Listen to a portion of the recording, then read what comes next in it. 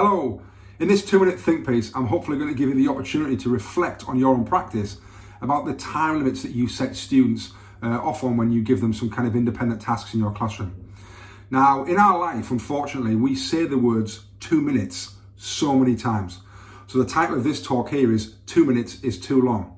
And what I mean by that is, think about how many times you've said to someone, I'll be back in 2 minutes, or just wait there for 2 minutes, or someone said to you, well, don't worry, I'll meet you in 2 minutes.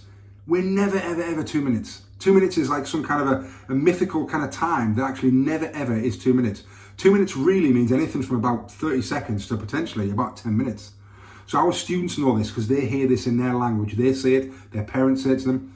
So when you set students off on a task, and if you say, okay, I'm going to give you 2 minutes to do this, students ultimately know that they're in charge of the pace. They're in charge of kind of how long it's going to take. And what really it means is that you'll finish when you've looked round and you've worked out when the kids are finished. So straight away, they're in charge, they're in the driving seat, they're not in charge, you're not in charge of the pace, they are.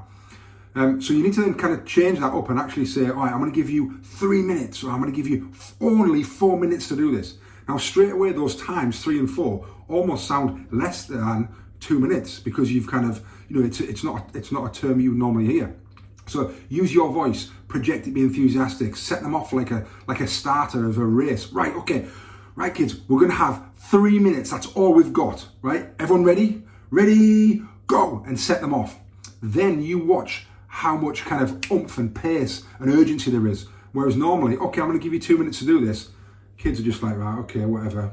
There's no oomph. So change that up. Again, don't use 5 or 10. They're too obvious. Start to use those different numbers. And put a timer on the screen.